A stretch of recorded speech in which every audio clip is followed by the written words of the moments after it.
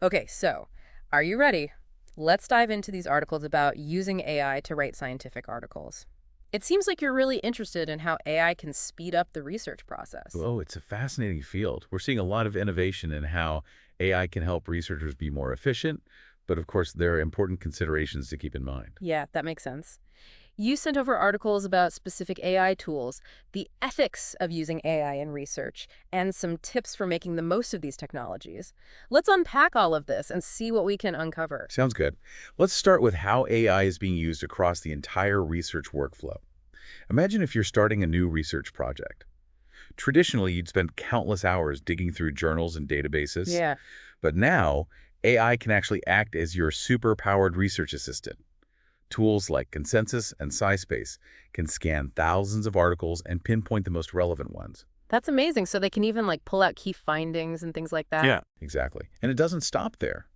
Even after finding the right articles, sometimes understanding them can be a challenge, especially if they're highly technical or from a field outside your expertise. Right. But AI can help with that too. For instance, SciSpace uses natural language processing, or NLP, to break down those complex research papers. It can highlight key concepts, explain jargon, and even identify potential limitations in the methodology. Wow, it's like having a personal tutor walking you through the paper. Yeah, exactly. So we've absorbed all this information. Now we have to analyze the data, make sense of it all. Can AI help with that step? Of course. AI excels at crunching numbers and finding patterns. But more than that, it can help visualize data in a way that makes it easier to understand.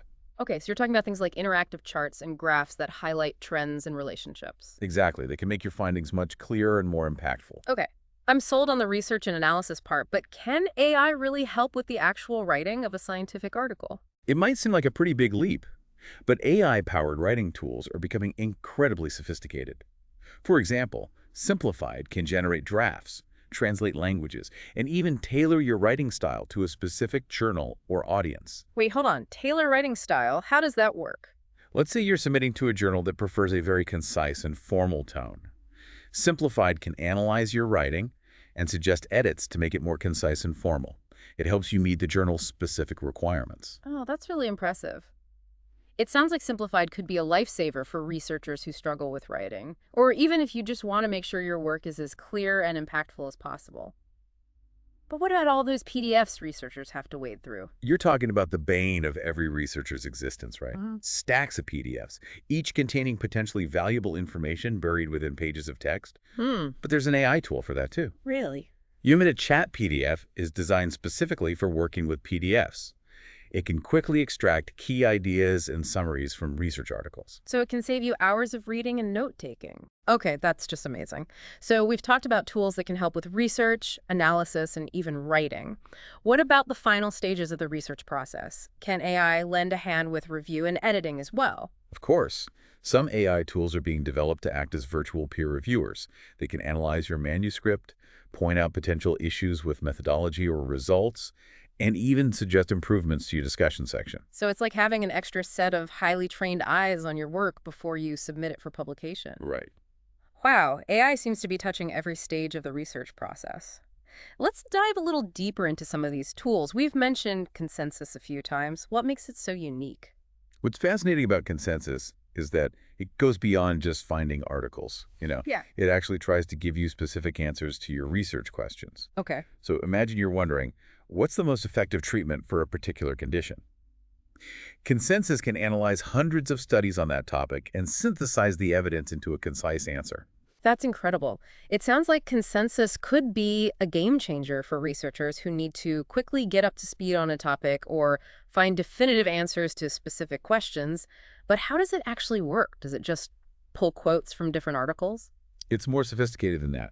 Consensus uses machine learning algorithms to analyze the full text of articles. Oh, so not just the abstract. Right. It identifies key findings and then looks for areas of agreement or disagreement across multiple studies. So it's not just about finding individual studies that support a certain viewpoint. It's about looking at the bigger picture and identifying the overall consensus. That's really impressive. Now, what about SciSpace? We touched on it earlier, but I'm curious to learn more about how it uses NLP to understand complex research papers. SciSpace is like a Swiss Army knife for researchers. It can help you find relevant papers, analyze data, and even collaborate with other researchers. But one of its most powerful features is its ability to understand the nuances of scientific language. Okay, but what does that actually mean? How does it understand the language? Does it, like, know what the words mean? Well, it's not sentient or anything like that, but SciSpace uses NLP to break down sentences, identify key concepts, and understand the relationships between those concepts. For example, it can tell the difference between a cause and effect relationship and a simple correlation. So it's not just about recognizing individual words, it's about understanding how those words are used to convey meaning and make connections. That's a much deeper level of analysis. Yeah. And this deeper understanding allows SciSpace to do some pretty amazing things. It can generate summaries of complex papers that capture the key findings and even highlight potential limitations in the research. So it's like having an expert researcher sitting next to you, helping you unpack the paper and identify the most important takeaways. That's incredibly valuable, especially for someone new to a field or trying to make sense of a particularly dense article. Absolutely. And it's pretty remarkable. NLP is being used to dissect and understand scientific literature. It's like we're opening up a whole new level of insight. It's not just about understanding the papers themselves, though, is it? Right. It's about connecting those insights to the broader context of research. Exactly. Yeah. AI tools like SciSpace can help researchers see connections between different studies, identify gaps in the literature, even generate new research questions. Yeah, that's what I find so exciting about all of this. AI isn't just about automating tasks, you know? Yeah. It's about augmenting our own abilities as researchers. It's helping us think more creatively and make new discoveries. Absolutely.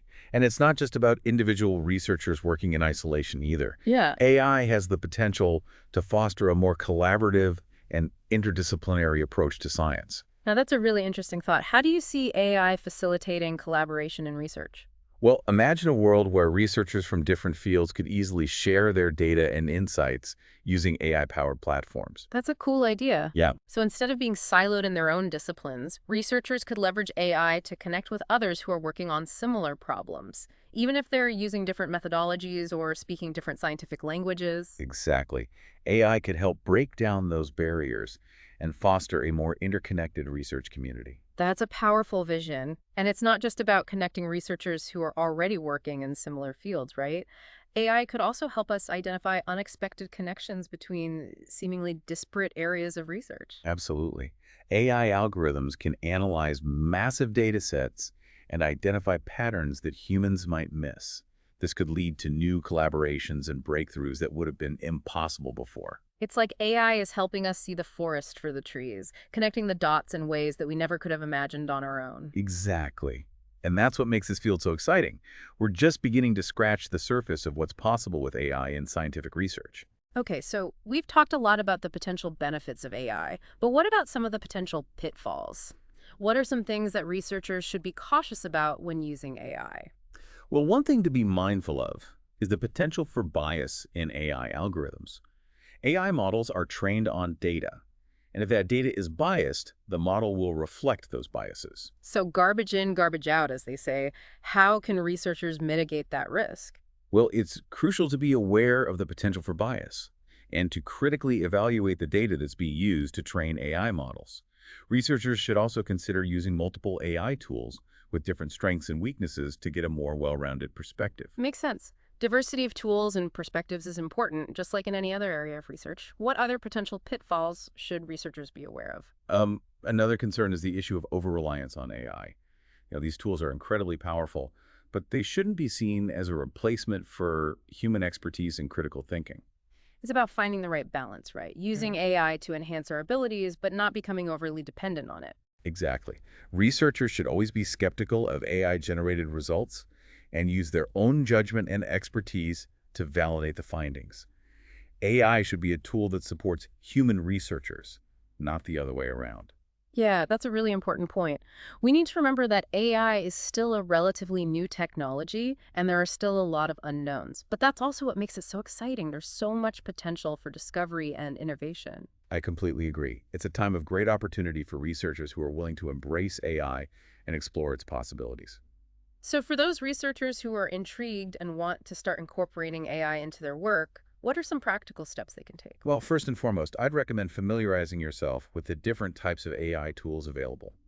There are so many options out there, so it's important to identify the tools that align with your specific research needs and goals. So do your research, explore the options, and find the tools that fit your workflow. What else? Once you've identified some promising tools, take advantage of free trials or demos.